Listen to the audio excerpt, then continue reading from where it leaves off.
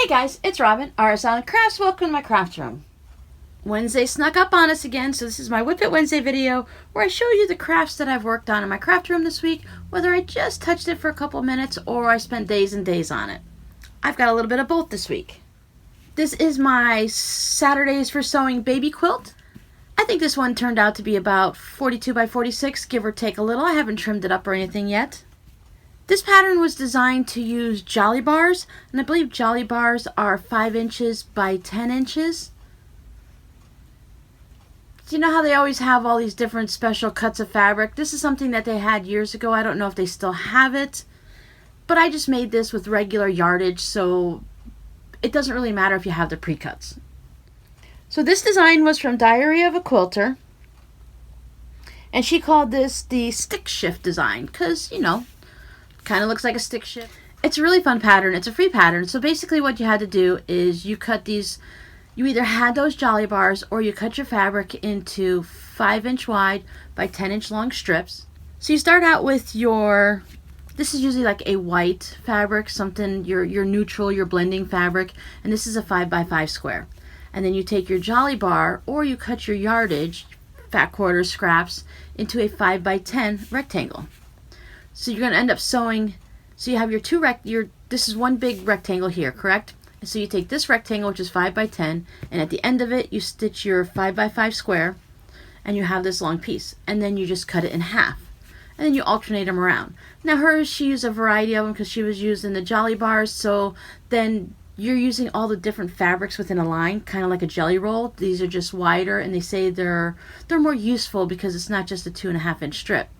Even though we ended up with a 2.5-inch strip. So you could do it with a jelly roll. So like I said, she had multiple fabrics. I had pulled out this one first. This one has, it's kind of, if you took a sponge, that old, when you did sponge painting on walls, I don't know if that's a still popular thing, but it's got blues and purples and pinks, and it just has this really nice mottled color that this lighting is not there. That shows you a little bit better what the colors are. So I had this fabric first. And then I pulled this fabric out with all these flowers because I thought the pinks and the purples and the greens went really well with this. And I thought this was a really fun fabric for a little girl. Then I started looking for what other fabrics do I have that will go. So I found these little lamb sheeps because they've got the pink in it with the blue and then the green and stuff like that. So I thought that was really nice. But that's when I ran out of fabrics. I couldn't find anything else in the stash that really blended well with these colors, so I said forget it. I'll just use the 3 colors and make a quilt like that. Now when you look on her website, the quilt is going this way. But of course, if you prefer, you can go ahead and turn it this way. And I just think for filming purposes right now, it kind of looks good this way. So that is a quilt top finished. I really need to get a little basket to put all these quilts in so I can keep track of how many I've made. I think I might have 5, 6, maybe 7 done. I have to count up my weeks, see how many weeks are in the year and how many quilts I've done so far to make sure I'm on track to do my 50 to 52 for the entire year. Some of these are really simple to do, and I might just cut out a bunch of them, make myself some mini kits. So when it comes to Saturday, all I can do is sew. I don't have to worry about cutting and pressing and doing this and that. I can just grab a little Ziploc bag or a little container and stitch that quilt up, and maybe I can get 2 done in one day. Because I have a feeling I'm a little bit behind. Or right on track. I might just be behind 1 or 2 quilts, but I think I might actually be there. Anyway, so that's what I worked on Saturday. It's been a crazy week this week. I'm planning on doing a life update video in the next few days, hopefully. And that'll give you an idea of what's been going on and how life has been a bit of a roller coaster lately. So this week I kind of felt jittery. You know how you work on something and set it down and walk away, and you might fill the sink up with water for dishes, and then the next thing you know, you're out cleaning the dog's bowl, or you're down the hall starting laundry or something, but you never actually wash the dishes.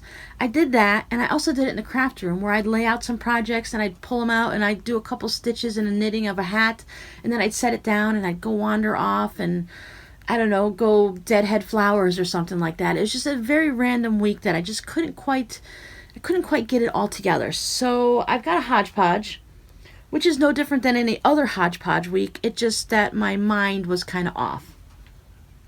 One of my main focuses was the Bonbon Hat, and I actually finished it. This hat came out really cute. It's nice and snugly warm. And as predicted, I would have a decent amount of this beigey tan cream color, but not very much of the brown.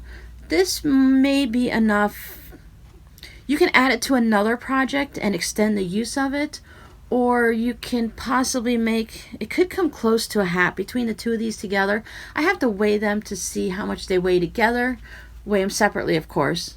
Document that, and then weigh them together, and that'll let us know if there's enough to make fingerless mitts or a hat, or if we need to combine it with another yarn to extend its life. But as I was mentioning, see the Bonbon Hat when they do it? Oh, first of all, this is where my decreases start, so that's where I marked that. This is where I left you last week. And once again, when you're doing this, each of these dots takes 2 rows to do it. So there's twice as many rows here as you think you might see. And it doesn't actually come to a point like this when you're wearing it. It does lay nicely on your head. I still need to weave in all the ends, and that just kind of settles it down a little bit. It's still a little bit to the point. This is what the inside looks like. I think it looks kind of cool with all these dashes and dots in here. It's kind of like a Morse code. It's like a secret inside your hat. So I've got that all finished. It's ready to be sent off and be blocked.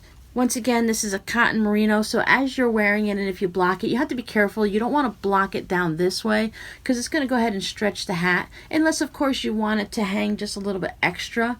If maybe this is sitting tight to the top of your head, which for my head it doesn't, it gave me a little bit extra slouch back here. But if you want it slouchier, you can go ahead and wet it, and when you block it this way, it'll go ahead and give it that stretch. Or if it's just perfect, you can just go ahead and gently wash it, get the water out of it, and just let it sit and dry like this. If you have a cup, you could put like a large glass up in here so that it'll sit on your counter and air dry sitting on the glass, and all the air will flow through and make it all nice. Or you could put it on a bowl or a balloon, and if you need to stretch it out, you can just blow the balloon up to fit to the size you want and get it stretched out. But you just have to remember not to stretch it too long this way unless you want your hat to be much longer and you want it more of a slouchy hat at the back. So that is done. Just check out this brim right here. I love this.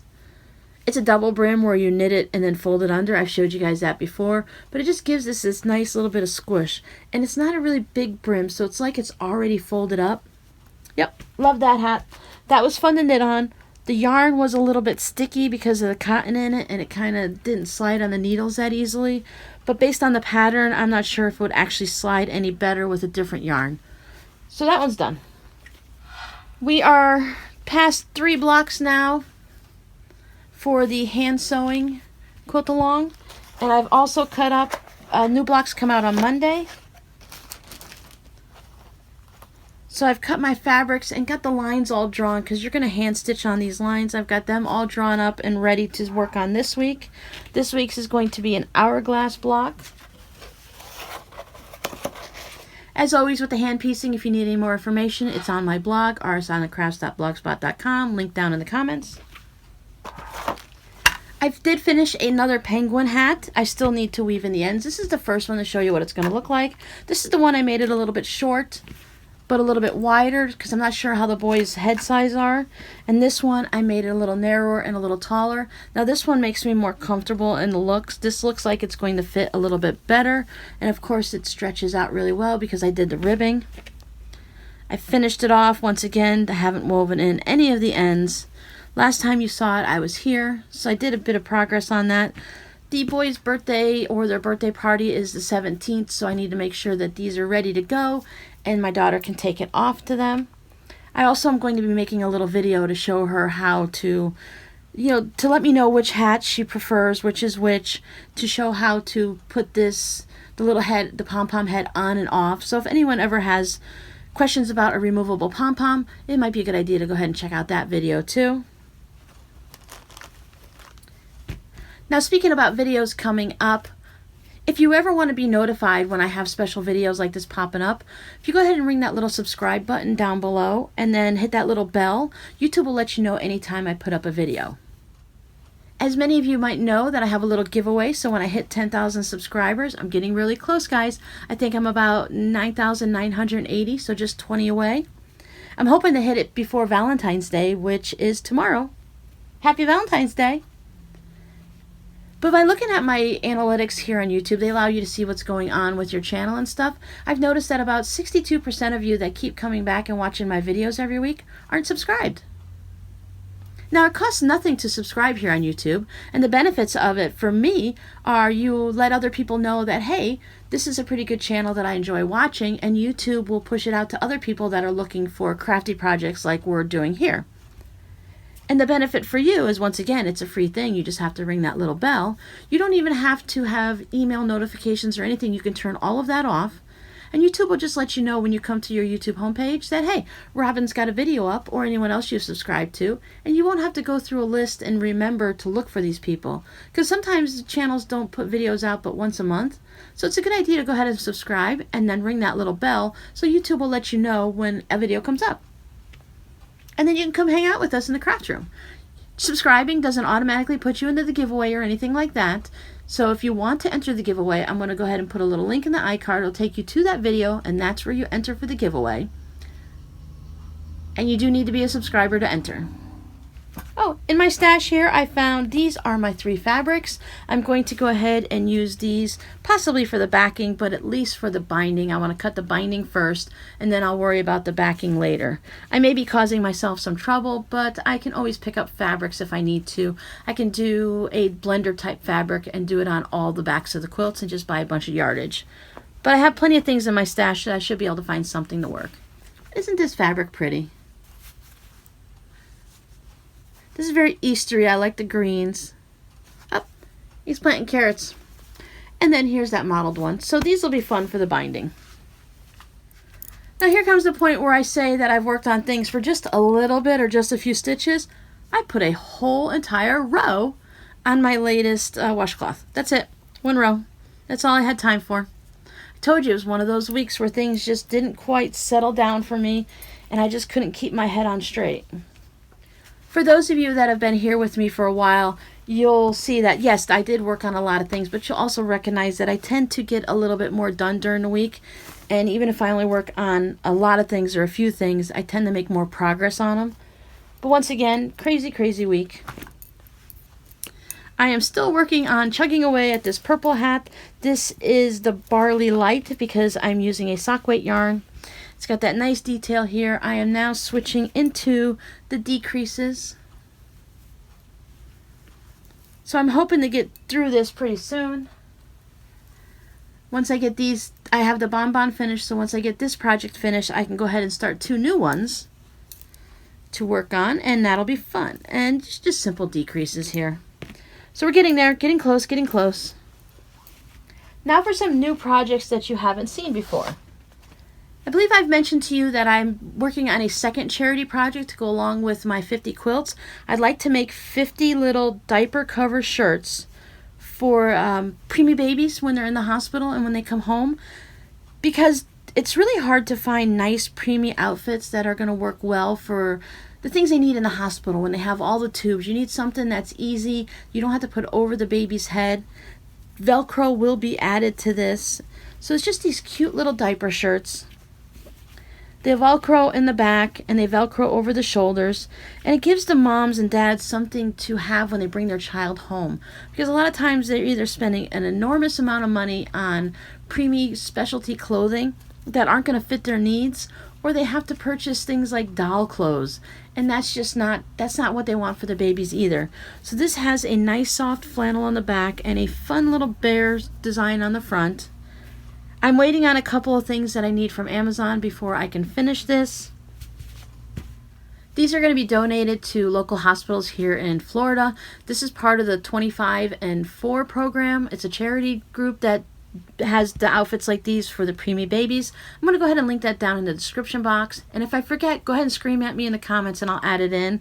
But it's a really good organization that was started by a mom and dad that decided that there was a need for these things, and they came up with these little outfits here for the babies. So that was my extra charity thing this year, that I'm going to try to do 50 of these for my 50th birthday year. These are really quick once you have everything you need. There's just, like I said, there's just a couple things. This is like a 45-minute project start to finish, so it should be really easy to knock out a bunch of these. And I have plenty children's fabric. I can even use things like this. These all work for projects like this because you just need some type of a nice cotton on the front. And I will need to purchase some flannel on the back because I don't normally keep flannel in my stash. And the last crazy thing I worked on this week has to do with this fabric here. I thought this was really kind of fun fabric. It has all these leaves and these browns and greens and the coral colors. And what I'm doing with this is I'm trying to make some do-rag chemo caps. We've gotten to the point now where Rob has been losing his hair from the chemo. So we had to go ahead and buzz his hair down to just about nothing. And I want him to have some type of a cap because his head, of course, is very white because he's always had hair. And it gets a little cool with the air conditioning and stuff like that. So I want to have some type of a comfortable cap for him. Before I start into his New York Giants fabric, I decided that I'd better test out this pattern a few times to see if I can find one that I like. Now, there's several free ones out there, and I've actually purchased one probably about 6 years ago to make a do-rag before they had the free ones. And they're all the same. So it doesn't matter if you have a purchase pattern or a free one. It's just as easy to use the free ones. But what I've been doing is, as I've been stitching them up, I've been trying different things. They tell you to overcast or serge the seams, so I did that. But then, as you know, with all this thread going on there, it kind of gets scratchy feeling. So you're going to have this laying against a sensitive bald head of someone. So I wasn't too sure about that. So instead of that, on the next one, I went ahead and I just stitched these down and I top stitched it. So it would go ahead and hold that and keep the thread from fraying. So I've got the seam where I stitched, and then I have a seam next to it. So if this frays a little bit, it's going to stop at that seam right there. And it adds this nice little detail across the top, which I thought that was great. But the way they have you do it is you have this band, and then this is the one that goes across your forehead, and you're supposed to just fold it under like this, and then it goes all the way around. You add these ties, and you're supposed to fold these ties, I guess, and then you just tie this to the back of the head. But as you can imagine, this is just a single strength of fabric, and over time, it's not going to really be that sturdy. Now, when they make these normally, when you buy them from the store, it's either some type of a t-shirt or stretchy material, or maybe it's a bandana type material, and that might work better than just plain cotton fabric. But I'm working with cotton fabric, so I needed to find something that's going to work differently for me. So on this one, I tried just folding it over, and it made a nice little thin band, which is nice. But I really like this hat. I don't normally wear like a baseball cap or anything because I don't like feeling like my head's being squished no matter how loose it is. But this just sits gently on your head and it doesn't cause a lot of pressure, and you're adjusting it with the ties in the back. So I did kind of like the wider band. So doing it, folding it up and just making it right here so it's doubled, that didn't quite work. So then I tried again, and for now I just doubled the fabric because I need to adjust the pattern to make it twice as wide. But I didn't like this edge here. I felt this edge on my forehead and it didn't feel comfortable. It's much more comfortable to have a folded thing here. So I'm going to have to work on that a little bit. So I can narrow this down just a smidge and make it double wide. And this time I left the ties, I stitched the ties all the way through without sewing them on. Well, that didn't quite work because then how was I going to do this? So I've decided I've got another prototype I'm going to work on today, getting it all ready so that I can start working on Rob's. And this is what's good about having extra fabric like this that you don't have a plan for. You can go ahead and work on all these prototypes, because if I started this with Rob's fabric, after 1 or 2 hats, I would have run out of fabric and he never would have had a hat that worked for him. So this way I can work on it. Now, still coming up with some ideas for this little tail that goes down the back of your neck. This, of course, also has to be folded over. Now, I think with this, just because it's hanging and covering the back of your neck, that I can just go ahead and fold it over and stitch it down. I was thinking about maybe running a top stitch on this dart. See how this dart comes down? Maybe if I run a little top stitch there, and then it could just go right into it and top stitch up. That'll give it that finished look. It'll fold this over and keep it from fraying. So I'm close. Hopefully by next week you will see a finished do-rag cap that I really like. I thought about making 2 of them and sticking them together, and that still may be an option if my idea doesn't work, but then you're putting that extra fabric and weight on the head, and it takes twice as much fabric to make a cap. Now, once again, Hey, I'd like to make several dozen of these to take up to the cancer center, because I see some of the women and the men wearing them, but a lot of people are wearing the heavier knit hats, and I'm not sure how that's going to work for them during the summer. Granted, chemo patients tend to be cold a lot, so that might be good for them, but I like an option for the men who don't want to wear a hand knit hat. Most of the time they're making them for the women that I've seen that are left in the, they have a little basket at the desk where you can just go up and take what you want and need. So I'm going to try one more time, see if I can get it to work the way I like, and if not, then I might just try the double hat. And if I can't really figure it out to make it in a mass production, I'll just make it for Rob, and I'll work on something else for the cancer center. So that's it for me this week. I think I've made progress on a lot of things, so I feel good about that. But like I said, I was very scatterbrained this week, and hopefully this week coming up, things will calm down a little, and it won't be so wild and crazy in my head. There's only room enough for one person in there, and I got this crazy Robin up there now that's driving me a little bit crazy. So don't forget, I've got the 10K subscriber giveaway going on there. That's going to end tomorrow, so now would be a good time to go ahead and click that little subscribe button, leave a comment on that video only, and I'll see you guys next week. Bye!